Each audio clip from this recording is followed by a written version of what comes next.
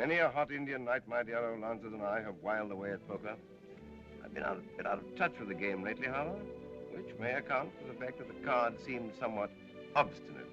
Obstinate? I thought they did everything but push the money toward you. Well, it's keeping it in the family, Jennings, you know, all in the family. A sort of domestic jackpot, you might say. Of course, once the dear children are married, everything I have is yours. And everything you have is mine. You mustn't let your generosity sweep away your reason, sir. Isn't it lovely the way my husband has taken Mr. Jennings? To his heart, I mean, of course. Just like two boys, the way they like to gamble on everything. Tell me, Miss Carlton, why do you call your husband the Sahib? Sahib? Oh, that's Indian for gentlemen, you know. Such a distinguished man. But what does he do now? He's an economist, part of the Brain Trust, you know. Labor conditions, wages, unemployment. The Sahib doesn't believe in unemployment. He doesn't? He thinks it should all be done away with. How interesting. He says the only way to do away with unemployment is to do away with employment. If nobody worked, there couldn't be any unemployment. And so the Sahib hasn't done a speck of work for years. Passive resistance, you know. Gandhi. How clever of him. My son feels the same way about it. He's terribly clever, too. And so charming. And soon to be your son, too, Mrs. Jennings.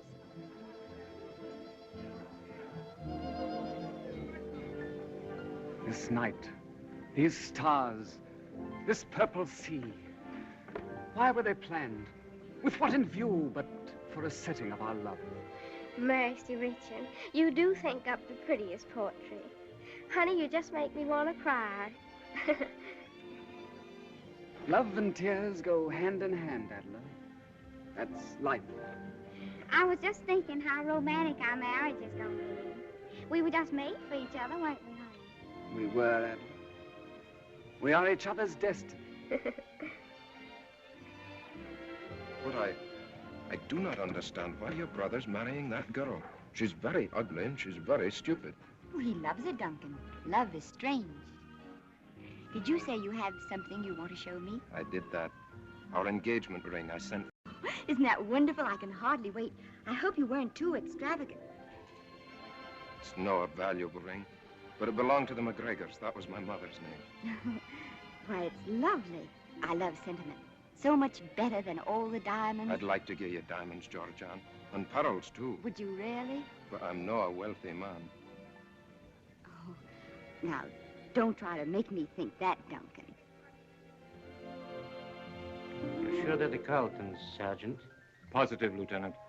The Monte Carlo police sent photographs. Four of a kind. And the kind we don't want around here. Come on.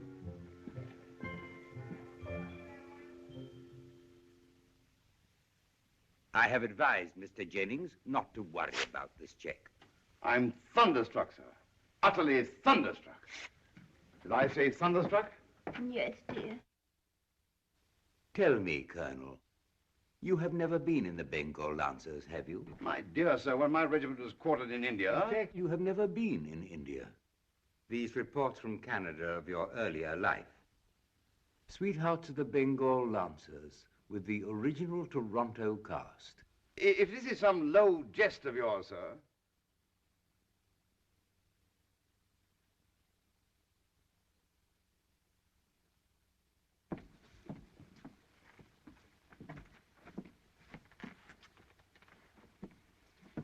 What is the proposition? The municipality would feel a distinct gratitude if you would be kind enough to continue your operations elsewhere. If I were so disposed, sir, I would consider your remarks insulting. What my father is trying to say is that we would be very pleased to cooperate with the municipality, but unfortunately we have no money. In fact, thanks to your interference, you find us completely destitute. Mr. Jennings thought as much and asked me to present you with these tickets to London with his compliments.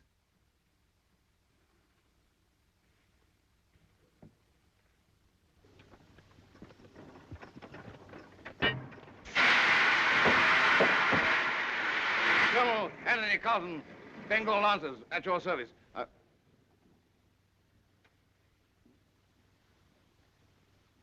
You haven't changed much since those days, darling. That's all right.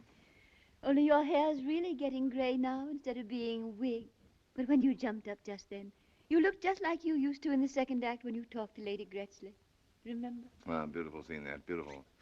And you, Lady Gretchley, rest assured that I, Colonel Anthony Carlson, will so-and-so, with my life against these villainous natives until my so-and-so, Bengal Lancers arrive. Colonel Anthony Carlton. How we loved that name when we first rehearsed the play that night in Toronto.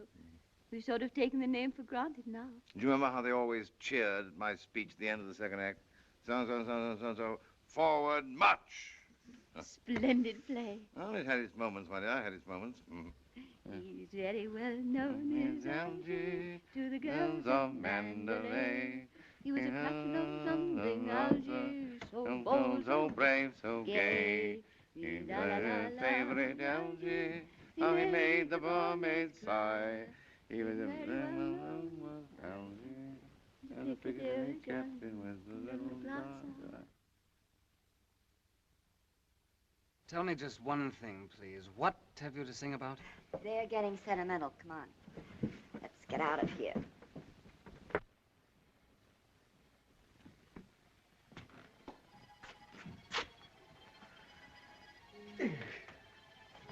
The workings of the Sahib's mind are a deep, dark mystery. Mommy's too. $3 million tossed away. And they sing. And we nearly had it right in our hands if the Sahib had been content with $3 million. But no, he had to have that extra 4,500. And get us in a jam besides. Rick, did you say goodbye to Adela? Saying goodbye to $3 million was all the goodbye I could stand. I just wish we knew what we're going to do now. I've never been so hungry in my life.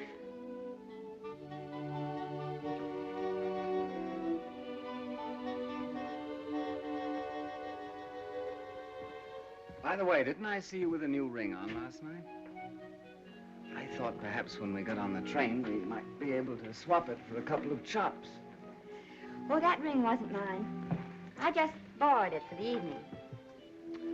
Too bad. Oh, what's the matter with us anyway? Why can't we ever own anything? Nobody ever owns anything except nice, dull people. And they always get on to us sooner or later. We're too well dressed. That won't last long. I doubt if there's a dressmaker left in Paris who'll stake us anymore. Mommy will always find your clothes somehow, don't worry.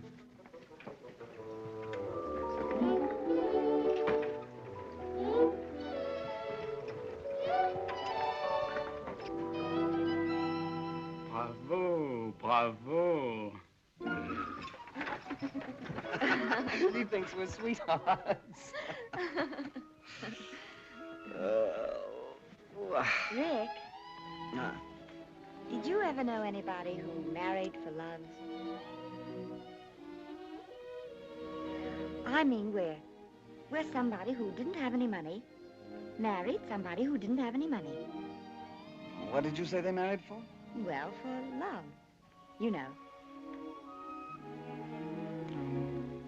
No. Do you think people like that are ever happy? Anything particular in mind? Oh, no, I was just thinking.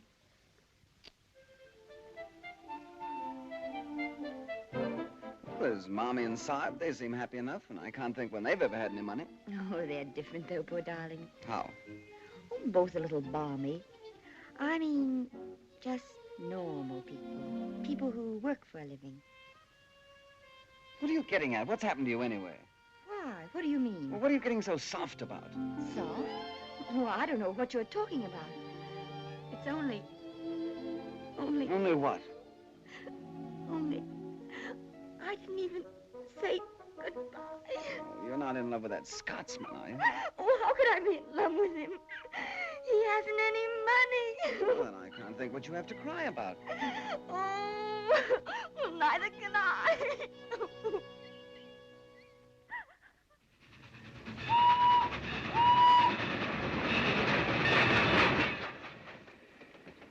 I wonder how long it takes a person to starve to death.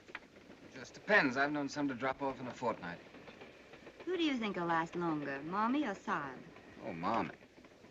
I think the Saab will. He's more optimistic. Mommy's tougher. Saab's a better bluffer, though. He'll overplay his hand like he does his cards, and he'll be dead before he knows it.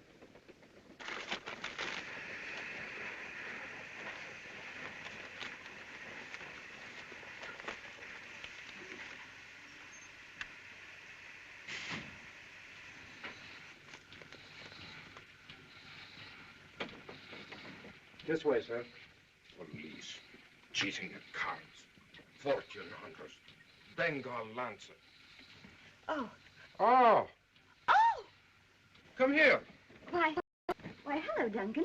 Where did you come from? And don't try to be offhand with me, Georgiana. I'm very, very angry. I had to take a flying machine to catch you, and I cannot afford to hire flying machines to chase you about. Well, nobody asked you to chase me about. You're a daft and undependable female. Don't you dare address me that way, Duncan McCall. Stand still and listen to me. We're going to be married to each other. We're not going to be married to each other. I don't care if your father does cheat at cards. I forgive you. You forgive me? Your brother's a worthless fortune hunter. But I forgive you because you're only daft and I can cure you. You can't cure me. I mean, I'm just as worthless as they are. You're not. You're a good girl, Georgiana, and you promised to marry me. Yes. And you know why? Why? Because if Richard married Adler, we would have had $3 million and we all could have lived on it. That's why. You're a hysterical woman. I'm not hysterical. I'm just hungry. Oh, I'm very sorry. Come along, I'll get you some dinner. All right, I'll go get Mommy and Saab and Richard. What? Dine with that family? I wouldn't be seen dead with them. And I wouldn't be seen dead with you, even if I was starving. All right, you don't have to. All right? Well, don't follow me about. Just go away and leave me alone. Aye, once and for all.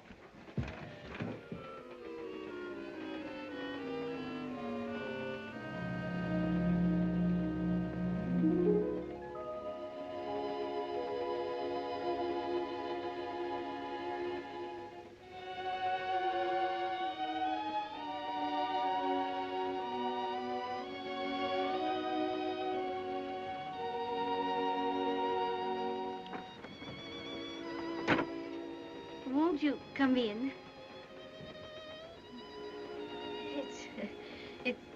It's lonely at night, isn't it? Yes. I don't like to see night come. Do you? Well, I don't think I ever noticed. You're so young. When you're old, night comes too soon. Always.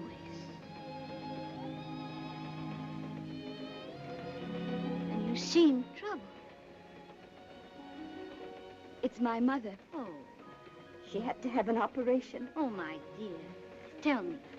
Well, she's so tired and the train's so crowded, there's no room for her to lie down. You see, we're second class. And here I am alone in this whole compartment. Oh, you must bring her here. Could I? Of course. It's all been rather difficult. I mean, with the Sahib, too. That's my father. He can't help much. He was gassed, you know, in the war. Oh, you must bring him, too. Oh, may I really? Of course. That's awfully good of you. Oh, it's good of you to trust me. It's so rarely we have the privilege of helping one another. You try to look hungry, Rick. She may take the hint. You mean to say I don't look hungry? Oh, dear, what kind of an operation did I have? Any kind you like, but don't offer to show the scar. Don't you think Mommy ought to lean on me? It makes me nicer. You know. All right. And you were gassed in the war, you know, Sahib. I imagine I sort of wheezed.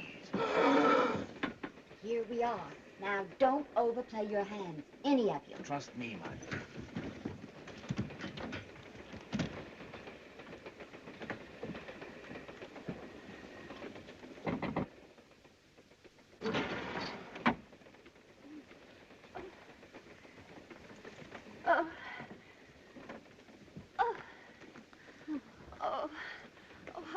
You are. I don't know you. Do I? I'm a new friend. My name is Fortune, Miss Ellen Fortune. Miss Fortune? Silly name, isn't it? Everybody makes jokes about it.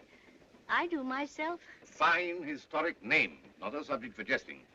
Allow me to introduce my wife, ma'am. My daughter. I know. My son. And your servant, Colonel Anthony Carlson, late of the Bengal Lancers. The Bengal Lancers. How splendid. And yet the wretched government refuses him a pension and lets his family starve. If only he hadn't gone back to the war after that dreadful wound. Gas, Mommy. Gas. Gas. Gas, too, of course. Don't be absurd, Georgianne. Did you think I had forgotten? If I have a breath left to give my country, he used to say. He's never been right since. And then your operation, on top of everything. Yes, and so expensive, too. But they would take me to the Riviera. Now, Mommy, you know it isn't good for you to talk so much. Don't overdo it. It meant selling our little house, and poor Richard's coming down from Oxford, the most brilliant man of his year, they said. Didn't they, darling? I don't care what they said. I don't care that for Oxford, just as long as you're all right, Mommy. If you could only force yourself to eat something, Mommy. In Little Women, the children call their mother Mommy. I think the name does suit me. I don't know where the absurd children got it. Sahib, of course, means genteel in India. The children were born there, poor darlings, somewhere in the Himalayas. A dreadful place, what with the ayahs and the whatnots howling around in the whatever you call them. Mommy, are you sure you couldn't force yourself to eat something? Oh, no, it would choke me. I'm sure it would. Oh. Would it help if I ate something with you? It might. I'd do anything to please you, dear boy. I think we should all make the effort. If Mommy should see us all eating, it might tempt her. Of course, you'll be our guest, ma'am. Oh, no, no, please. This is my compartment. I insist you must be my guest.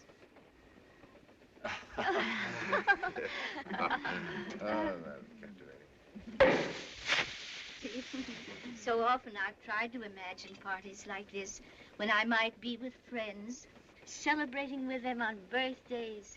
My little girl's going to have a birthday this year. Let's say it's her birthday now, tonight. Just 20-odd years ago today, somewhere in dear old Ireland. If I had thought 20-odd years ago that my little girl would come out in a French railway carriage... You're pretending it's a birthday. If I had pretended 20-odd years ago that my little girl would be born in a French railway carriage... Can I help you, darling? If I had pretended 20-odd years ago that I would give birth to a little French railway carriage, egad, I'd have shot myself. You must forgive the Sahib. He lives in a little world all his own. What fun. You're all so young in the heart. Like John Dickey. Won't you have some champagne with us, Miss Fortune? What a shame.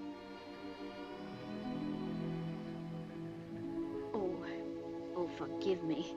I was just thinking of the hundreds of bottles in the big house at home. Just gathering dust. Really, ma'am? Hundreds of bottles? There. I'm not going to think of that lonely old house now. This is the first real party I've ever had. All my life, I've had to live quite simply. And now that I have money enough to do everything I want, I really don't quite know how to start. And you're traveling alone, ma'am? Yes, I'm quite alone. Oh, I've seen many lovely things on this little jaunt, but I've had to see them alone. And after all, we see them best, really, through the eyes of those we love. Wasn't it Rossetti who said something like that somewhere? Beauty without the beloved is a sword through the heart. Why, I don't remember. So you see, this has been a rather sad journey until now. You've made this my happiest day. Delighted. Pleasure's all ours, my dear lady. I raise my glass for the first time in my life, gladly, to misfortune.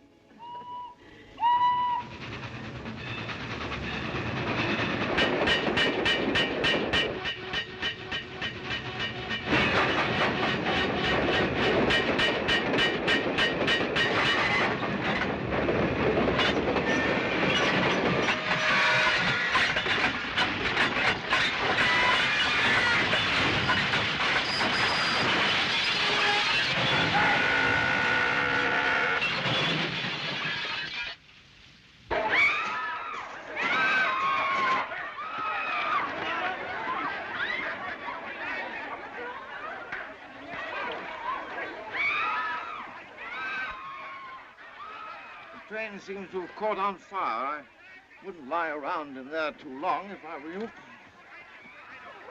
Come on. No. Where is she? She's dead. She isn't dead. Well, I don't think she's even hurt. I thought for a moment. Poor old girl.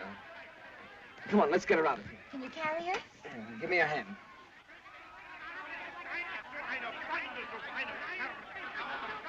Sure you're not hurt, my dear? I don't think so, Saab. I don't know how you're supposed to feel after a train wreck.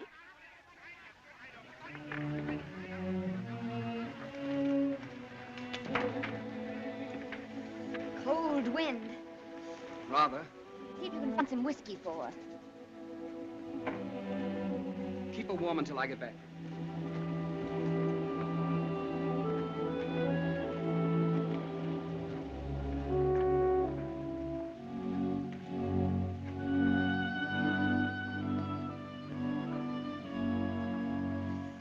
Now I'll probably die of pneumonia.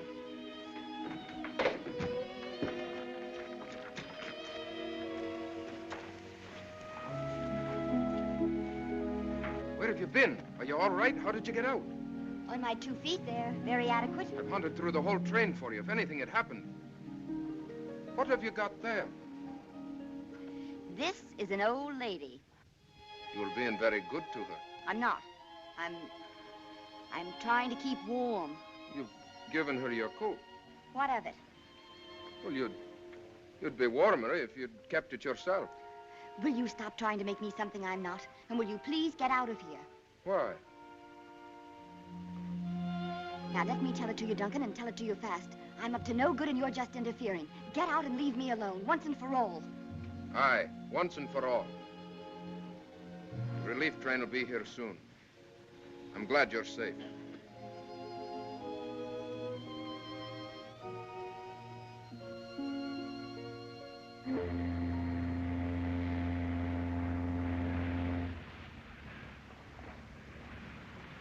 If the old girl doesn't cough up something after all we've done for her, I shall lose my faith in human nature. We've been very kind to her. We've eaten all our meals with her and everything. Oh, I shall miss you all so much. It isn't only that you saved my life. You've all been so wonderful to me. But it'll be nice for you to get back to your lovely big home and see all your friends again. I haven't any friends or relatives, Georgiana. They're all gone. Oh, I'm sorry. But didn't I hear you mention a Mr. Dickey? John Dickey, yes. In America once, when I was a young girl, a long time ago, Georgiana, I was engaged to John Dickey. Oh, Georgiana, I was so young. I hadn't learned the meaning of faith. One day someone told me John Dickey loved someone else. We quarreled, and I spent my whole life regretting that quarrel, hoping that sometime, some way, I would hear from him again. And when I did, it was to learn that he'd gone to England, made a fortune, and died alone, leaving everything to me. Oh, Georgiana, one must have faith in the people one loves. One must have faith or go through life alone. I'm sorry you're so alone. Georgiana? Yes, Sahib? We'll be in port in a few minutes, my dear. You'd better finish whatever you have to do.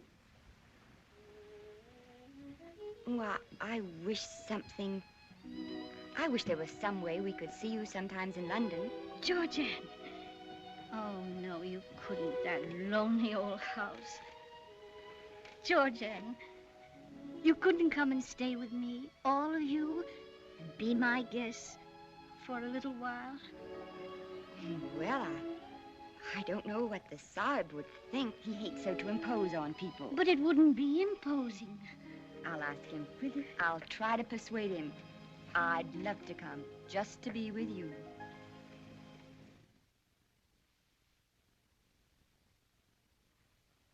Miss Fortune, it's good to see you. Mr. Anstruther, how nice of you to be here. Not at all, Miss Fortune. It's a great pleasure to have you back, safe and well.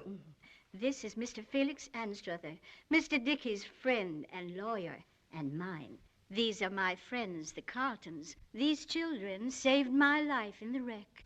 I'm sure I'm most grateful to them for that. And now, they've promised to stay here with me just as long as they can. Really? Here in this house?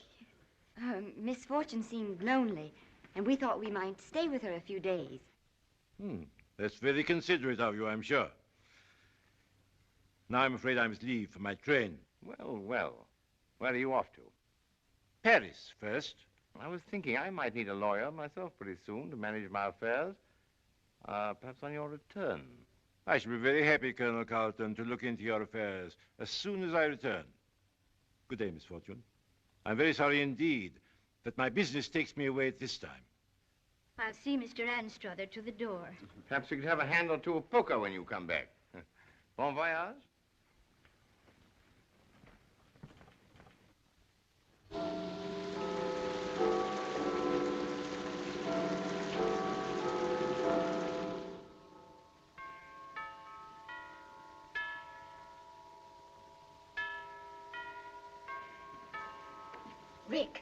Rick, wake up. No way. Don't be stubborn, Rick. Wake up. Are we packing again? No. I've been thinking and I have everything worked out. Did you work out what happened to the top of my pajamas? Shut up, Rick. I have an idea. Oh. Why don't you sit down, Mommy? Oh, I thought I was. Now listen, we've been planning on staying here for a couple of weeks. But where do we go then? Elucidate, my dear. I mean, we can stay forever. All we have to do is to keep on being what she thinks we are. Charming, you mean? No. Decent, honest, hardworking. And just what do you mean by that? I mean, darling, no funny business with the cards. No running up bills, no brandy. And you, Rick, will have to look for a job and take the Saab with you. Oh, really? Sounds too busy. And for what? No sooner do we do all this than she'll up and die, and then we're out. Unless... Unless what? Unless she makes a will. Exactly. And there's not only the house, there's Mr. Dickey's entire fortune. If we've ever had a chance at a permanent solution, this is it. How cute of you, Georgia. I'm game. I'll be a grandson to the old gal if she kills us both. For the sake of all of you, I am prepared to make any sacrifice.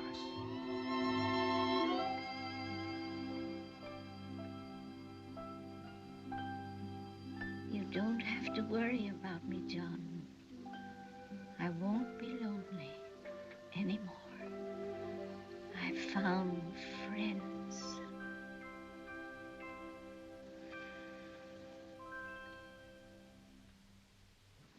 Retired Indian Army officer with no previous business experience seeks important position of trust. Finest social references if desired. Colonel Anthony Carlton, etc., etc. Oh, I say, supposing some blighter should answer this. Si, what a ghastly idea. I know. Sounds good.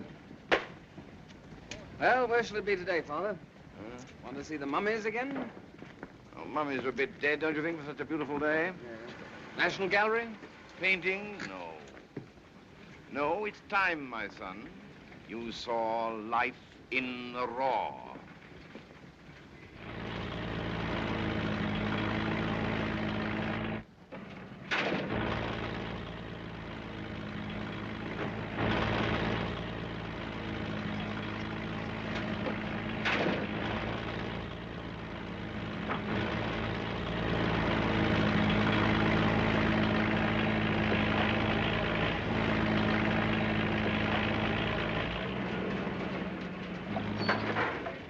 Interesting phenomenon, that. What? That mechano set. The what? Oh, that thingamabob. Oh, yeah. There he goes again.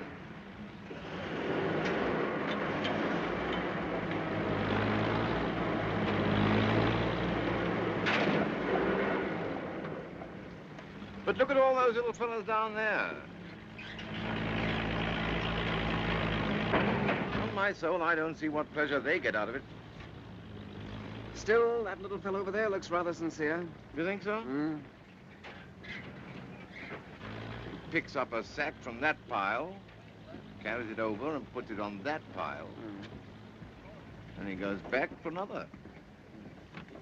Well, he must get some enjoyment out of it. But on the other hand, I don't see what he's after in life. I don't see his reasoning. No reasoning involved, my boy. Instinct, biology. Something tells him to carry the little sacks back and forth, and so he has to do it. I see what you mean.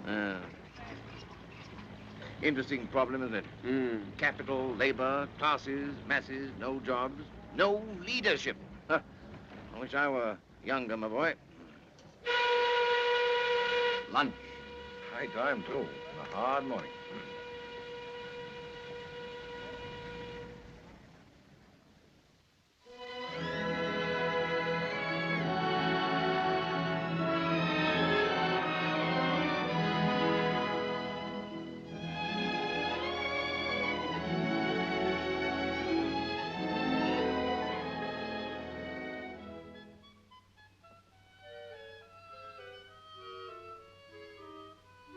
I saw your father's advertisement in the newspaper.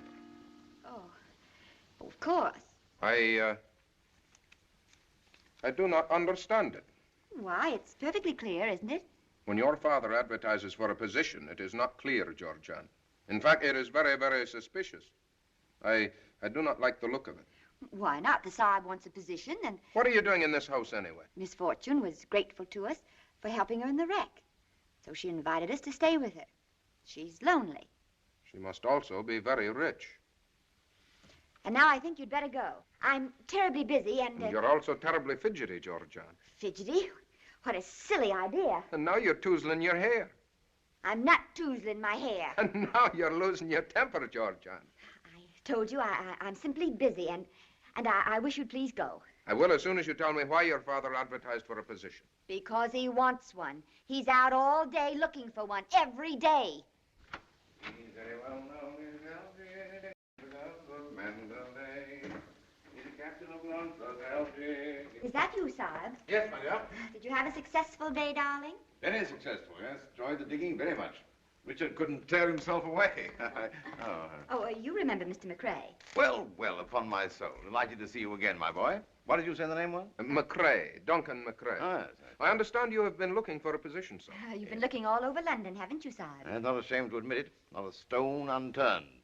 Ready to accept anything. Anything. Forget dignity and all that, you know. Soldiers trained to take the bad with the good, and vice versa. Perhaps I can be of service, then. Yes. I have found you an excellent position, sir. I beg your pardon? You see, I happened to run across your advertisement. Indeed? But that's wonderful, isn't it, Sahib? What is the position? It's with a motor company run by friends of mine. They need salesmen. Your father seems to have all the necessary qualifications. No previous business experience, finest social references. Oh, I think that's splendid, Duncan. Just one moment. I can't tell you how we appreciate it. Just a minute, dear. And now poor Sahib won't have to keep Oh! doing... Very friendly of you, my boy, very. But I'm afraid my capacities are entirely unsuited. Oh, Sahib, you know you have capacities for anything. In that case, sir, if you will report at the Wombat sales room at 9 o'clock in the morning. Good afternoon, sir. Good afternoon.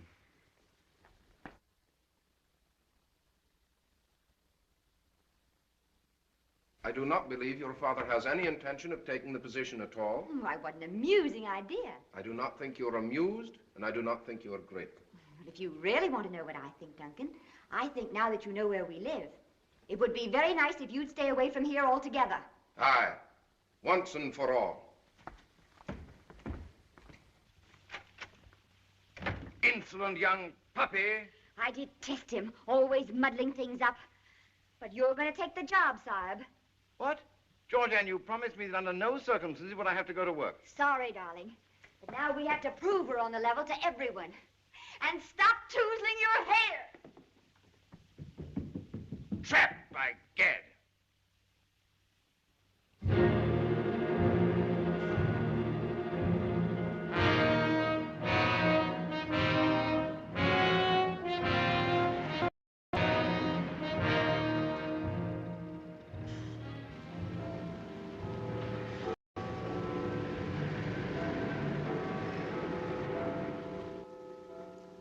$9 o'clock?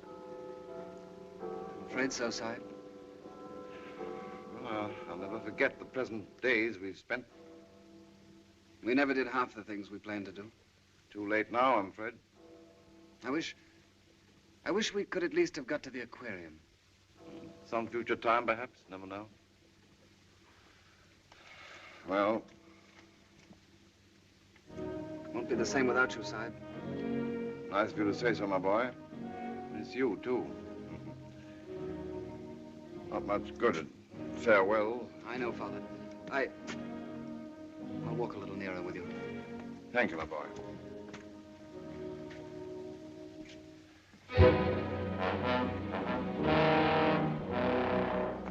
Goodbye, my boy. Goodbye, Father. Don't be too lonely. I'll try. Well, better go in.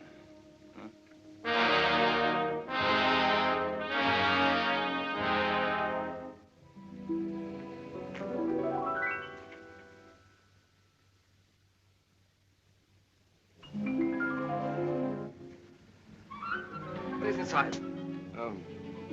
Tell your mother, my boy. Tell Tell your mother.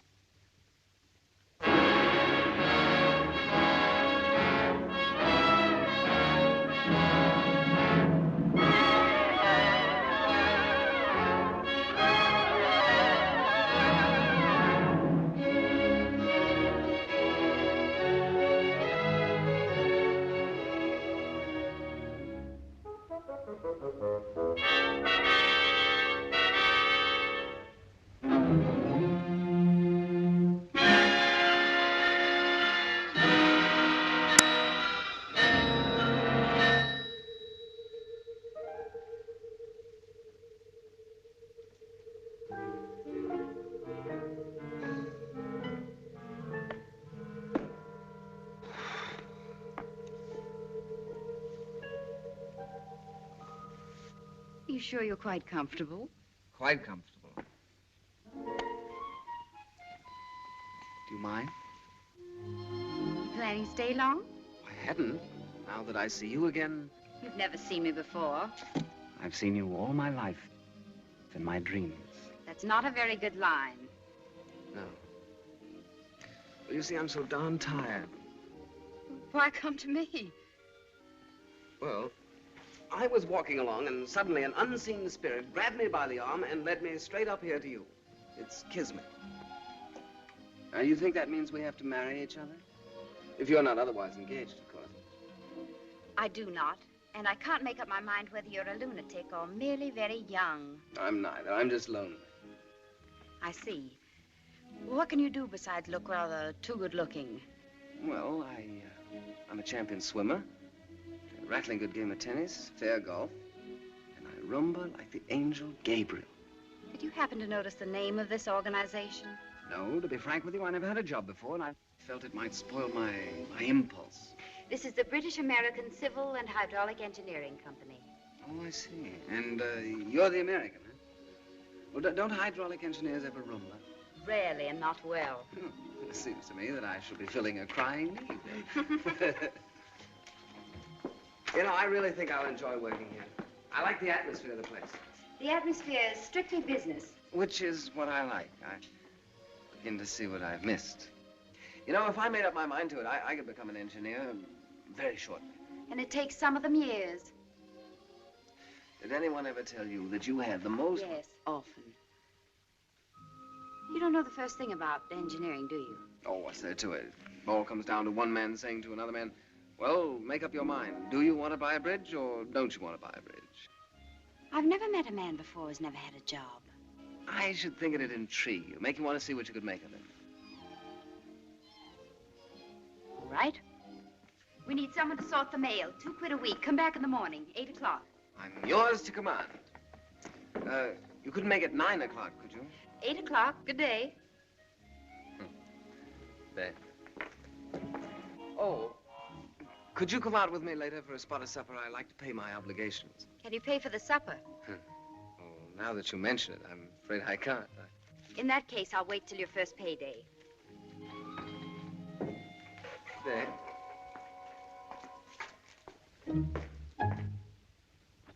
She pretty? Come see, come ça. Is she intelligent? She typewrites well. Is she fun? She's a business gal.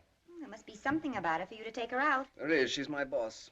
And it's a very sound policy, my child, to keep in the good graces of one's boss. Has she a lot of money? I've no idea. I rather think not. Guess whom I ran into today? I couldn't possibly imagine. Who? Adela Jennings. Adela? Mm-hmm. She's just arrived in town, wants you to have tea with her. Where's she stopping? The Ritz? Oh, I must ring her up sometime. Might be a good idea. Perhaps her daddy's not in town. Well, even if he isn't, we're pretty well set now without her. We're not set at all. Certainly we are. The old lady's more in love with us every day. And she's not getting any younger, you know. I haven't heard any talk of a will yet. Fact is, I don't think we'll have to wait for a will. She's bound to come through with something soon. She hasn't, though. The aged are slow, my child, just as the young are foolish and impatient. We can count on her, and so we don't need any more Adlers in our lives. Either of us. Do you really believe that, Rick? I do, my child. Does this tie look all right? Oh, that's better.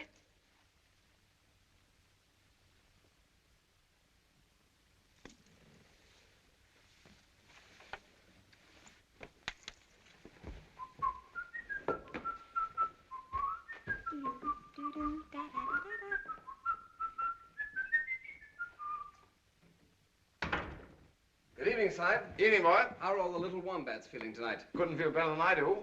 Sold my 4th one this week. Commissions mounting rapidly, my boy, rapidly. Oh, really? Ah. By the way, Side, where would you take a young lady to dine? Savoy, by all means. Soundest cuisine in London. Well, I don't know. I had in mind a place... No nonsense. Savoy is the only place to dine a lady.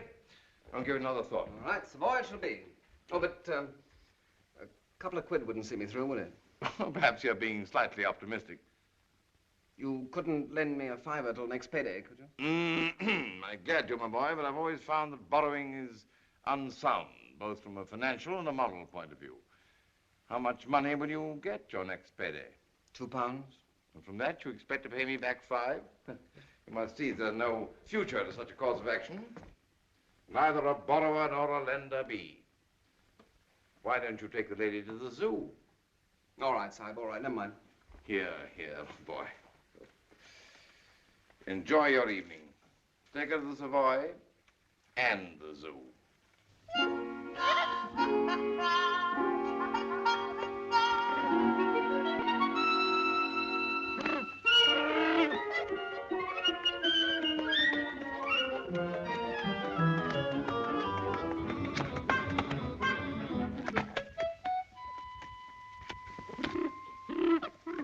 Oscar, I'd like to present Miss Leslie Saunders, my boss.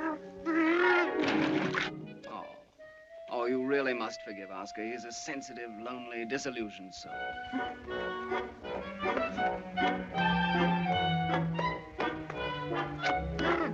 You seem to have a strong sympathy for Oscar. You don't happen to feel anything in common with him. There might be a few similarities. He's very well dressed. Thank you. Quite amusing. Thank you. And I'm afraid utterly worthless. Not your sort. I rather doubt it. Although I wonder if you have any idea what sort I really am. Of course I have. Sane, practical. That's right. Ambitious, hardworking. That's right. Utterly moral. Utterly. Straight from the shoulder. Straight as a rivet. Well, in that case, I should think you'd greatly admire me if I skipped all the approach work and just kissed you without any preliminaries. I should not only admire you, I should respect you. Well, there's something to be said for your philosophy.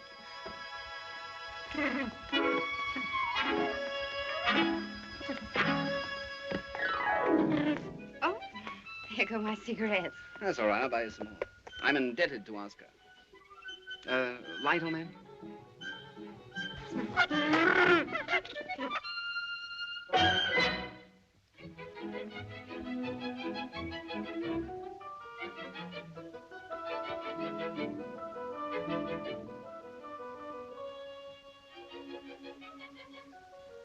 Seven. No trump. Well, I pass. I pass. Me too.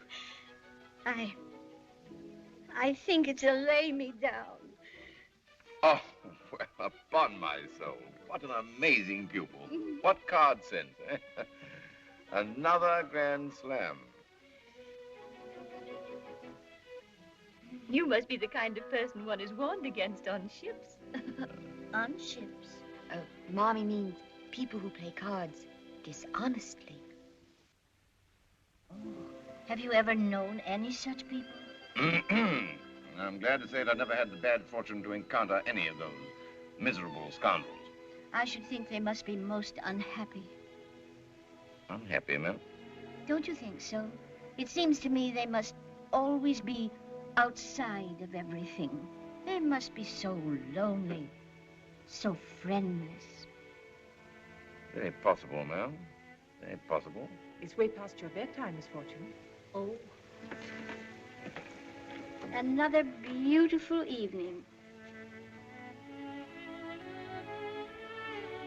Good night, my dear. Good night, Miss Ellen.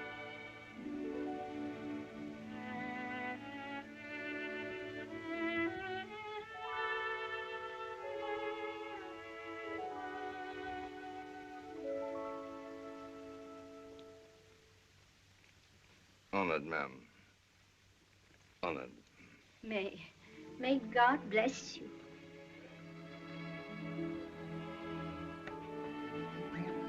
Don't bother to come upstairs, dear. Good night. Good night.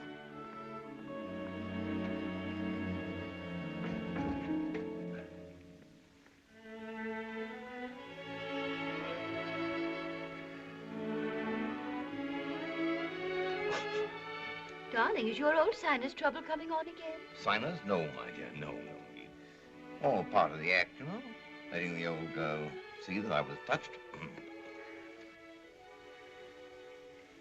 Good performance, darling. You certainly had me fooled for a minute.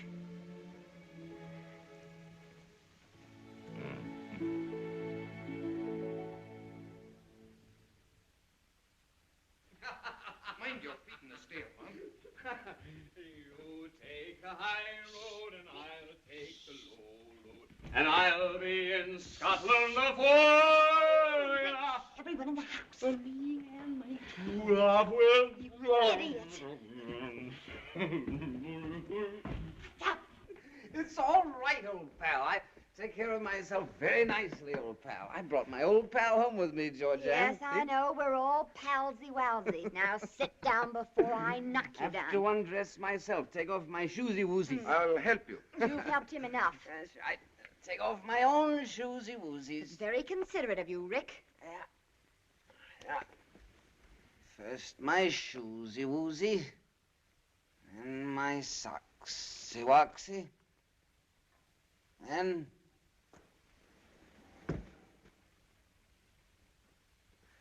my tie, the-wisey. I give you my word of honor, Georgiana. I haven't the slightest idea. You did it on purpose. I did not. How could I know that one bottle of champagne and a few small brandies could make any grown man drunk? Why did you give him anything at all? I tell you, I just happened to meet him and we'd celebrated. Celebrated? With him? You said you wouldn't be seen dead with him. You must be drunk, too. I'm not. I can't be. None of us McRae's is capable of being drunk. We've tried. And I admit I was wrong about Richard. I misjudged him entirely, and I apologize. He's an understanding and gifted young man. And where did you meet this understanding and gifted young man? We just bumped into each other. If you want to know the truth, I was feeling lonesome. You're a bad-mannered, bad-tempered, outrageous female, but I have discovered I cannot live without you. It's a shameful confession for a sane man to make. It's an idiotic one, because you're going to live without me, probably to a horrible old age. I am not. Richard says you're eating your heart out for me. Richard told you that? He did. Then you got him drunk and made him say it. If you were a man, I'd knock you down for that.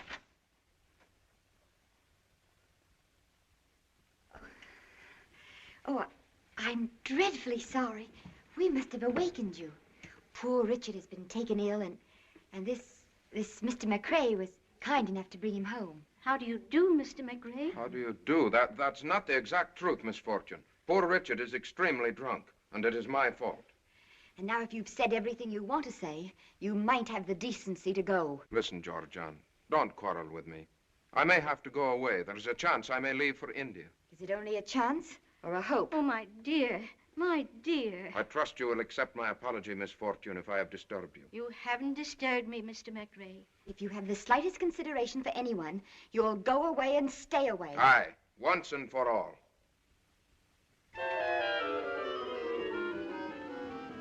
Oh, my dear, my dear.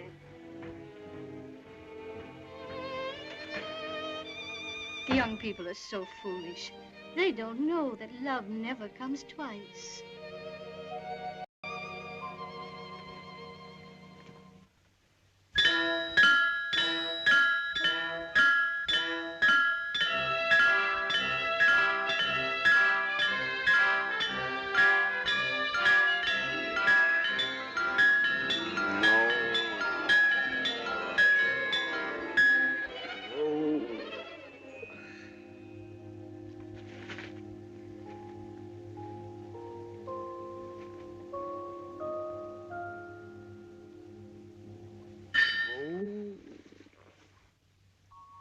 Does it hurt much? My head is on wrong. I know just how you feel. Oh, I've been intoxicated, too. You have? I was quite a young girl, but I've never forgotten him. It was at a birthday party. Somebody gave me a glass of punch, and then the trees started going round and round. I know. Wasn't there anyone there to put ice on your head? No. But there was a boy there who was very kind to me. It was John Dickey. He let me hold his hand tight to keep me from being flung into space. Well, that was darn decent of him. Yes, he was a very nice boy. And he had a little white dog with him. She had a black spot, like an enormous eyebrow over one eye. Sounds like a very nice little doggie. It was. Does your head feel better? Much. I say, please don't think badly of me. Why should I think badly of you? You were only being gay and happy and proud, perhaps, of your job. And most of all, young.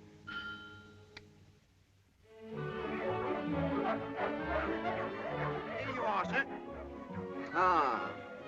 I'm very sorry, my boy, but you won't do either. Goodbye. Well, how's a bloke going to know what you want if you don't tell him what you want? Now, you just trot out some more. I'll know it when I see it. I wish people would make their minds up.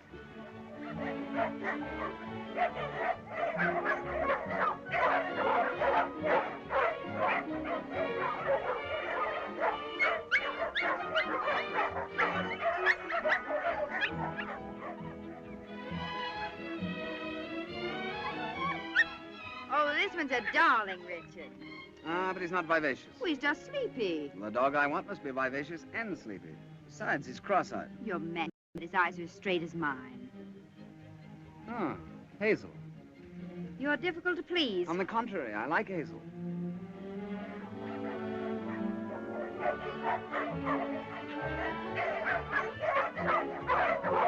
Here they are, then. The last of the lot, sir. Take 'em or leave 'em. Leave him. No reflection on you fellas, of course. Blimey, what do you expect a dog to have? I expect him to have an enormous black eyebrow over one eye. What? An enormous black eyebrow? I think, Richard, we'd better go quietly and try somewhere else. All right. Sorry. I suppose he must have a purple tail, too. And why a black eyebrow? Well, because the puppy's for Miss Ellen, and Miss Ellen likes puppies with black eyebrows. Are you sure this Miss Ellen of yours is quite right? Oh, yes, quite. She's a very nice, rich old lady. I see. You and your family couldn't by any chance be sponging on her, could you? What makes you think that?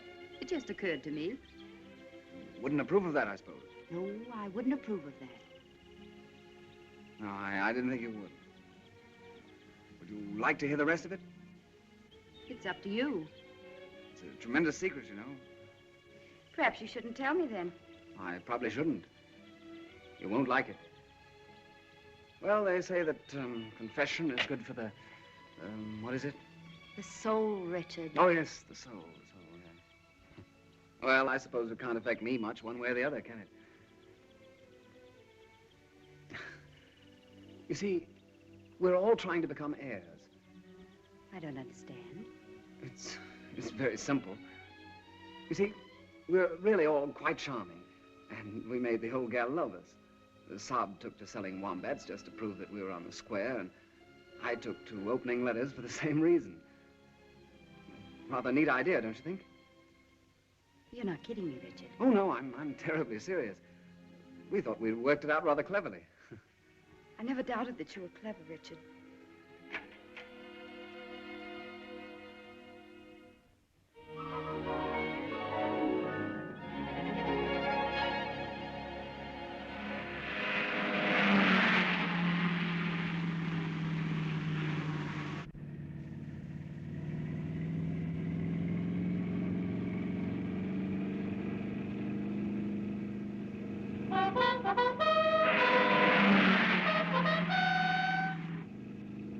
Just getting her warmed up, ma'am. Oh, why didn't Miss Georgianne come? This would have cheered her up so. Now, do you want to see what a wombat will really do, ma'am? Yes, yes.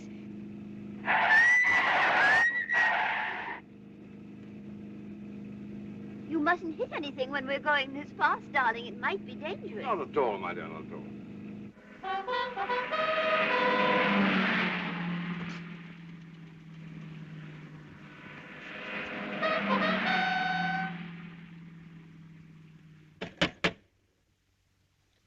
I'm afraid I've won again, Miss Georgianne. You have to have a scientific mind. Mr. Dickey didn't have a scientific mind either. Now, who can that be sticking his nose in?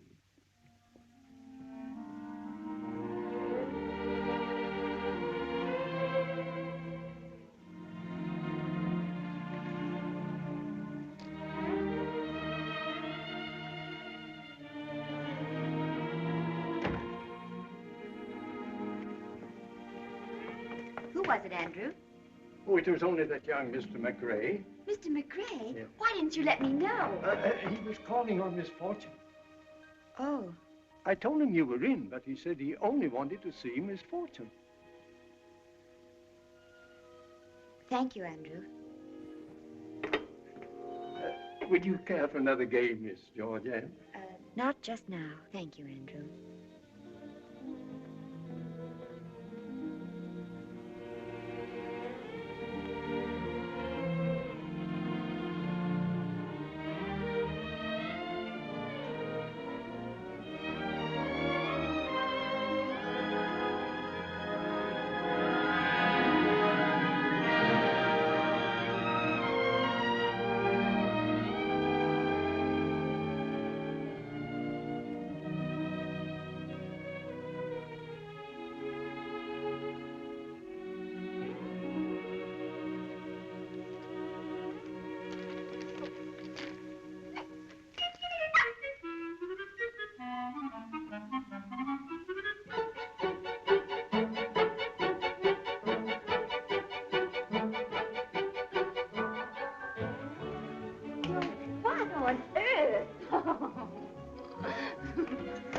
Isn't she a dream? Her name is Jane of Aylesbury, and her father's a champion, you know. You get this horrible monster out of here before Miss Ellen comes home. Oh, but she's for Miss Ellen. I got her for Miss Ellen. And I'm paying for it out of my own salary. Think of that. Oh, how wonderful of you, Rick. Are you sure she wants one? Sure. My salary is too small to waste if I weren't sure.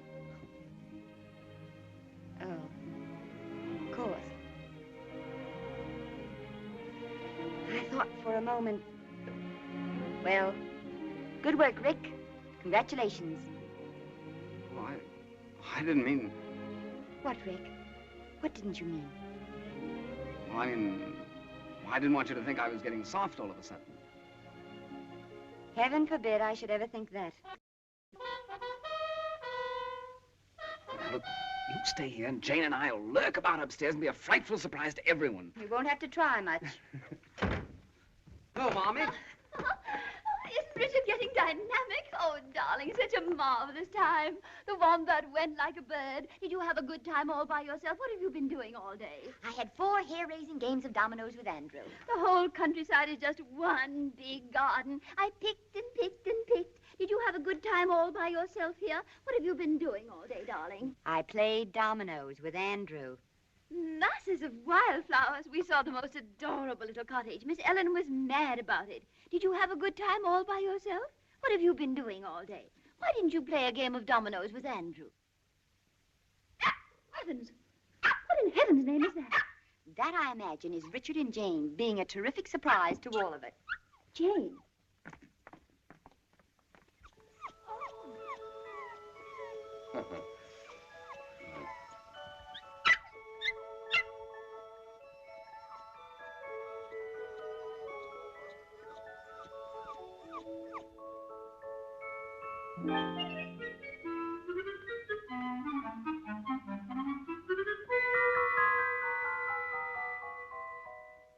It can't be very amusing for a young girl to be spending so much time with such an old lady. And oh, my dear, I'm frightened. Frightened, Miss Ellen? Now that you're all doing so well, I'm frightened you'll want to go away and make a home of your own. Would you rather we didn't go? Oh, my dear, if I only knew you'd be with me when... I'd never be afraid again. We'll stay with you. as long as you want us. Oh, if you could only promise me that.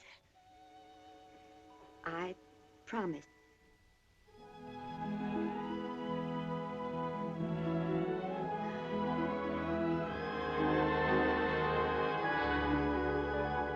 Did you get the old lady to bed, darling?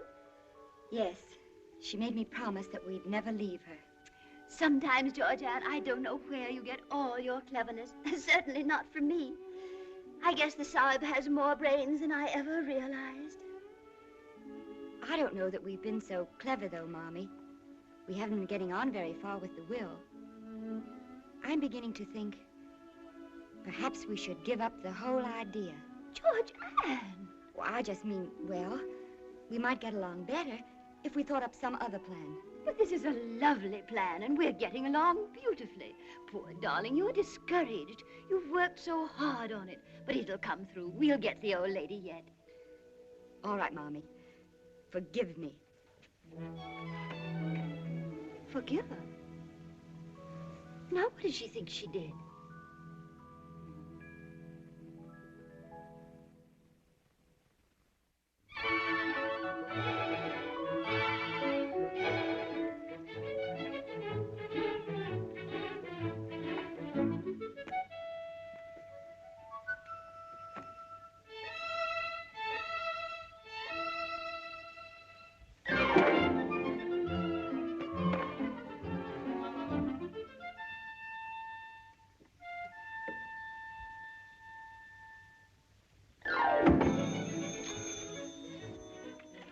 Hello. How do you do, Miss Fortune? My boat sails on Monday. Saturday night? Well, that's very kind of you, but I seldom go to parties nowadays. Well, if you're sure Georgianne will not be unpleasantly surprised, I promise to stay away from her once and for all. Well, since you're certain, I'll be glad to come. And it's very, very kind of you to ask me. Good day, Miss Fortune.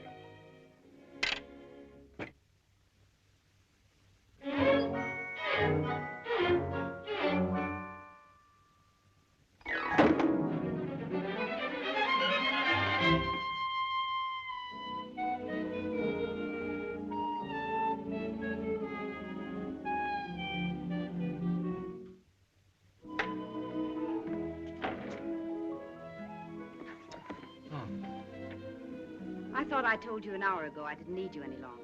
Oh, that's all right. I just had a little reading to do. Take you home? I think not, thank you. It's all right. Why, say, you wouldn't like to do the town, would you, with Miss Fortune and the Carlton family on Saturday night? White tie? Are you paying for the party? No, a small white dog with a large black eyebrows, about all I can afford for several weeks. How is Jane? Oh, terrific. Several slippers have gone west, and some of Mr. Dickey's antique rugs have aged perceptibly, but I couldn't live without her. Did she make your Miss Ellen happy? Oh, immensely. She's mad about her, really. Then Jane is what you might call a wise investment.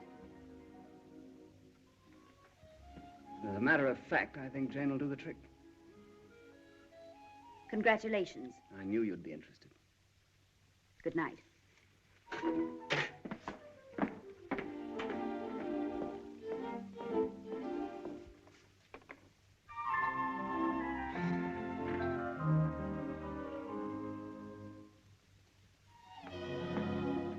If you'll pardon my curiosity, what are you reading? Oh, this? Just something I picked up. I'm trying to find out why grown men waste their time being engineers. When they can be heirs? Exactly. By the way, the boss said the suggestions you made for the new building were not half bad for an amateur. Did he? Not really? Of course, that doesn't mean anything to you. Oh. It's always nice to make an impression on the boss. Mm-hmm. Well, good night. I suppose you think I couldn't be an engineer if I wanted to. Well, there wouldn't be any point to it, would there? You'll be able to buy and sell engineers one day.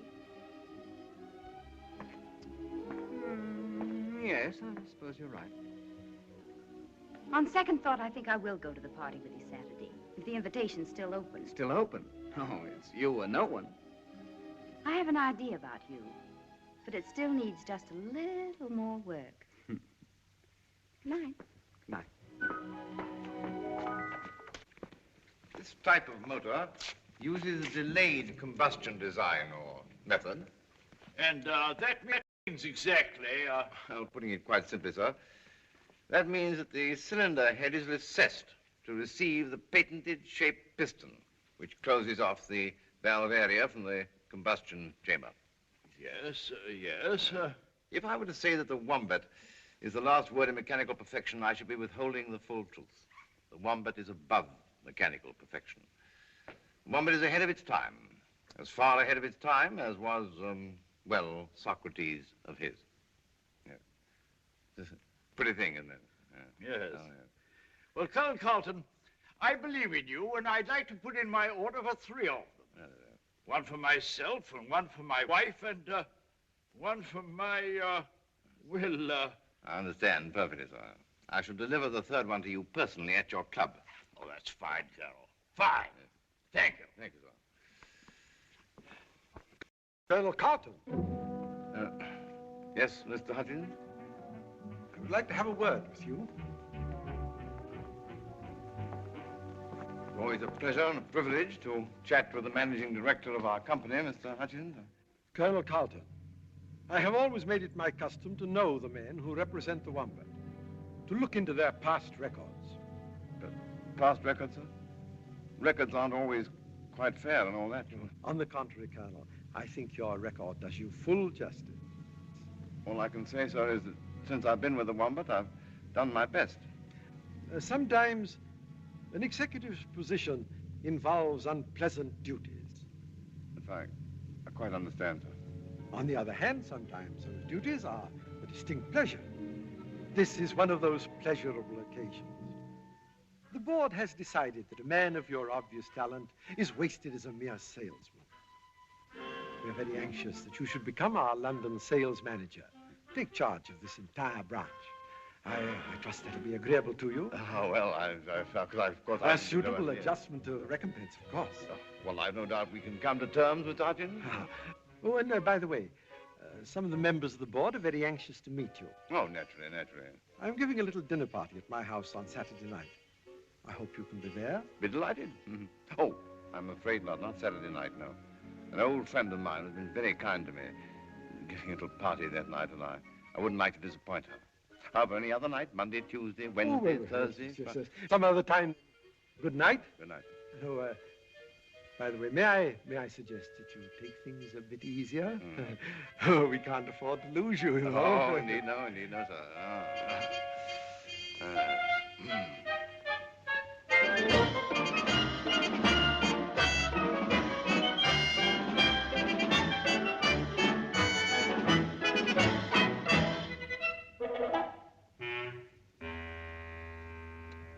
And furthermore, Miss Fortune, I discovered that your Colonel Carlton is not even a colonel. He's nothing but a common adventurer and a card sharper. He and his family are well known on the continent as fortune hunters. They were last heard of when the son nearly took in a wealthy young American girl. They were asked to leave. How sad. Sad? That such fine people should be reduced to such an existence. How cruel life must have been to them. But you don't understand, Miss Fortune. They're not fine people. They're little better than criminals. And they're in your house now, living on you, sponging on you. Who knows what plans they may have against you. Now I understand so many things that used to puzzle me. Little glances they exchanged, little embarrassments they had, times when they were hurt, and I never understood why. Oh, I wish I had known sooner. I could have spared them so much. But you must get rid of them, Miss Fortune. They'll take everything you have. Oh, I'm an old woman, Mr. Anstruther, a very old woman who has led a lonely, useless life. But I've learned some things in my loneliness, perhaps because of it. I've learned not to judge people. I've learned to take them as I find them, not as others find them. And most of all, I've learned to give complete and unquestioning faith to the people I love. I shall say no more, ma'am.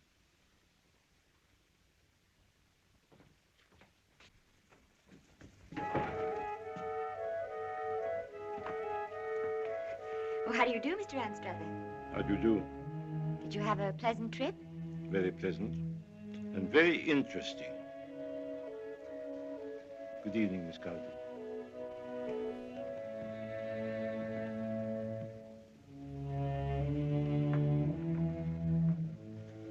Oh, come in, my dear.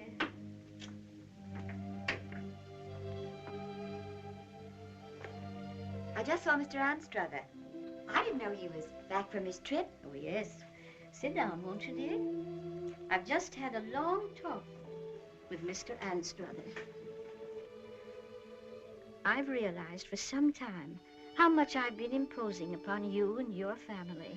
Oh, not at all. I've wondered, what can they possibly gain by giving so much to a lonely old lady? Oh. And finally, I've decided to do at least everything that is in my power to do. But we don't want you to do anything. I'm sure of that. But I want you to know that I have asked Mr. Anstruther to draw up a new will so that when I die, everything I have will come to you and your family. It isn't at all what I would like to leave you, Georgianne. I would like to leave you happiness. Oh, Miss Little. Is very well known as Algy to the girls of Mandalay. He's a captain of Lancers, Algy. He's bold, he's brave, he's gay. Georgianne, do you know what your father is?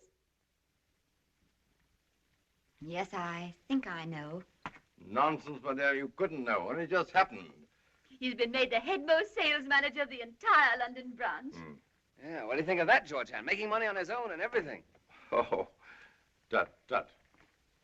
Not big money, of course. But an impressive step, if I do say so myself. Of course it is. It's just what we need to convince the old lady. Just think how pleased she'll be. She'll think we're all wonderful. She'll think we're wonderful, all right. She does now. In fact, you don't even have to go on with it, Sahib. We've won. Whatever do you mean? She's decided on her will. We're to get the money. She's going to leave us everything she has. How too marvelous. Aren't you going to compliment Georgianne, Sahib? She did most of it. Oh, so she did, my dear. Very good. Excellent work. Wonderful. Now we're all set. Yes, we're set at last. And now, let's plan our party. It can be a celebration now. We'll have a wonderful time.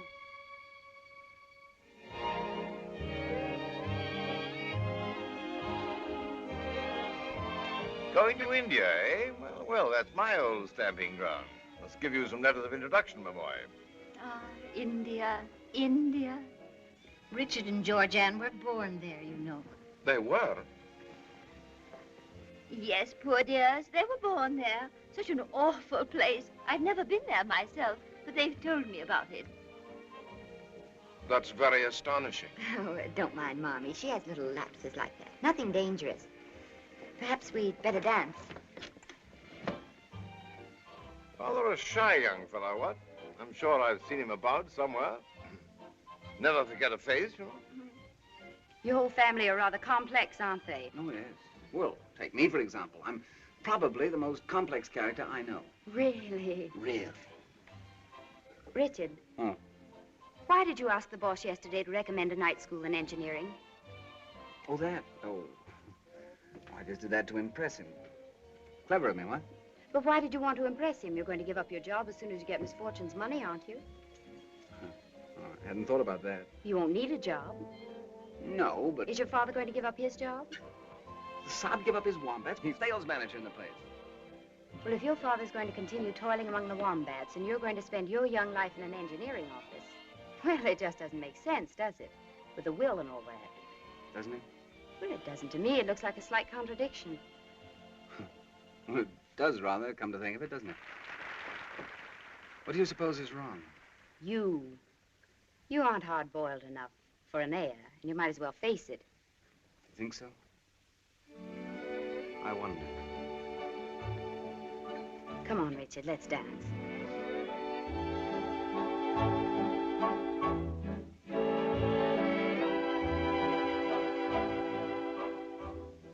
Permit me to say, ma'am, that you dance exquisitely. It is a beautiful dance, isn't it? With you, ma'am, it's a poem.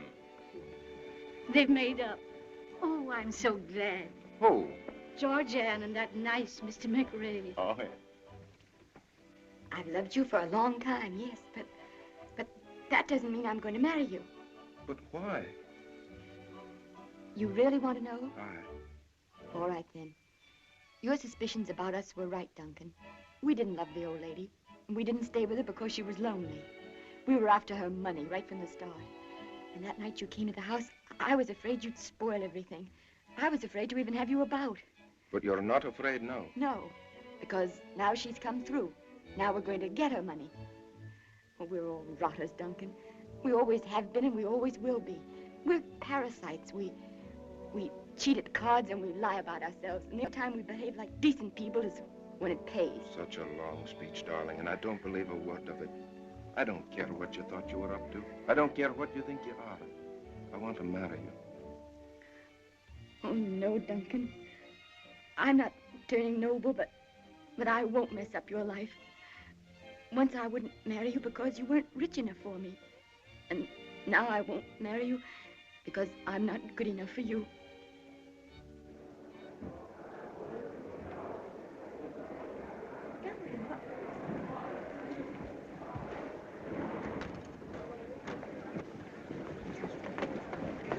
What happened? She's fainted. No, must keep calm, you know. Old lady's liable to this sort of thing.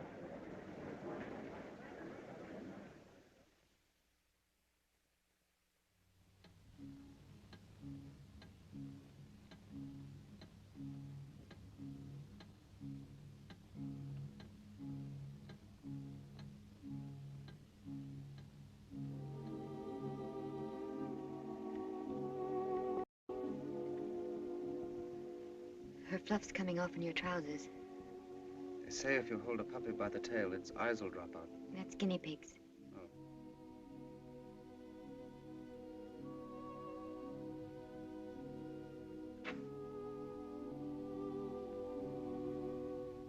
Is Andrew there? Andrew. I'm here. She wants you to telephone for Mr. Anstruther. He's to hurry. Oh. Is she? We don't know yet. She's barely conscious, Miss Georgia.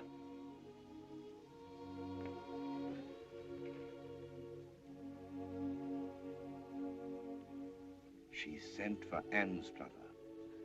Oh, Sol, I'm so ashamed. My dear. Rick. What? Do you think she's going to die? I don't know. Do you care if she dies, Rick? Well, I'm rather used to the old gal. She's not so bad, really. We're horrible people, aren't we? Hard as nails, all of us. Don't you think people ever change? Not us, ever. We just aren't any good. I think I am. Don't make me tired. I think Saab is. He's changed. I suppose you think I have, too.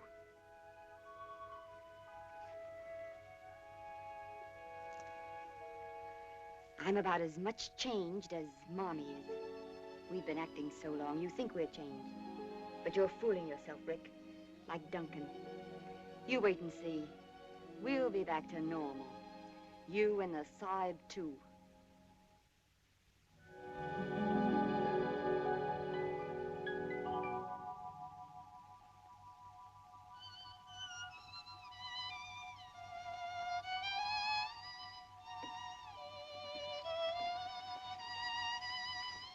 Wish her luck, little Jane.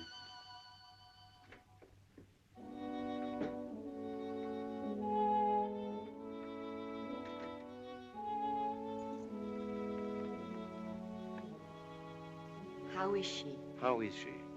I'm Miss Fortune's lawyer, not her doctor. He will inform you at the proper time. Since I am her lawyer, however, there is a little matter that may perhaps interest you. Miss Fortune's one thought, despite her grave condition, has been to live long enough to set her signature to a new will. This she has done. I need not inform you as to the identity of the new legatees. I might add, however, if circumstances had been different, I should have advised Miss Fortune most strongly in favor of a more impersonal charity. As it is, it makes little difference. What are you trying to tell us? In the past few years, there has been a steady depreciation in the value of Miss Fortune's holdings. I did not wish to worry Miss Fortune in her late years by telling her this, because I thought that things might be managed for her alone. If Miss Fortune dies, taking debt and taxes into account, the estate will be practically penniless. I trust you will find it possible to forgive her. Why should we forgive her, Mr. Anstruther? That's a strange thing you're asking of us. And pray, what is there to forgive? Wasn't she good to us? As to the money, we don't even need it. Absolutely not. We're perfectly able to stand on our own feet. Indeed. Then perhaps I might add that if Miss Fortune lives, I doubt that I shall be able even to save this house for her. If Miss Fortune lives, Mr. Anstruther, you may rest assured there will be a home for her always. She will not need this house.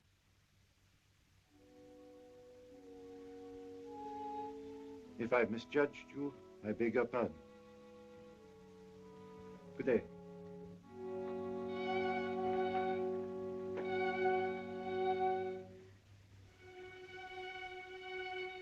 Oh, Mommy, you do love her? Darling. We don't want the money. We don't want it, none of us. Yeah, darling. Oh, and we really want to be what she thinks we are. Mommy, she mustn't die. We've got to show her. We've got to take care of her. She saved us, Mommy, don't you see? She saved us all.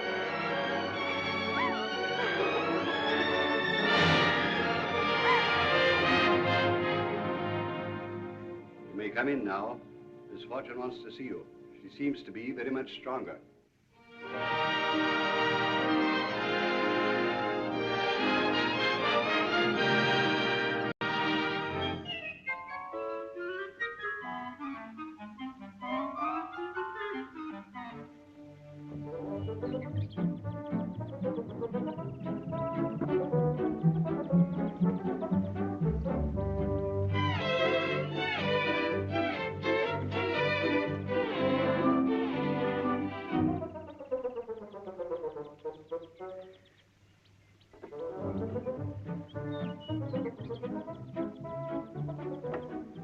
That's better.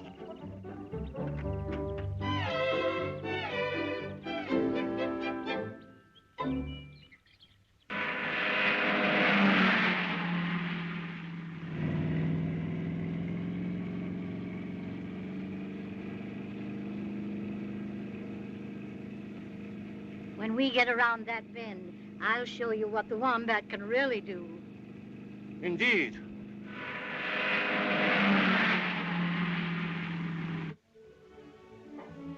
That's the best curry I've tasted since India. Since Canada.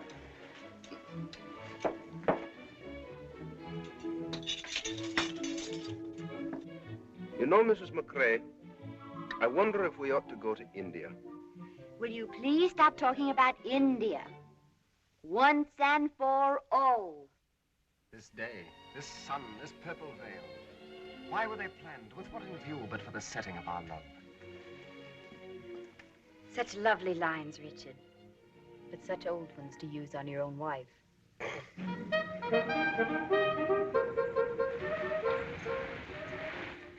Well, here we are at my new home. Hasn't this been a wonderful drive? Yes, indeed. And I firmly agree with the words of Abraham Lincoln, that great American, of British extraction, of course, who said you can fool some of the people all of the time and all of the people some of the time, but you can't fool all of the people all of the time. I give you Mr. Lincoln. Ah, yes, thank you.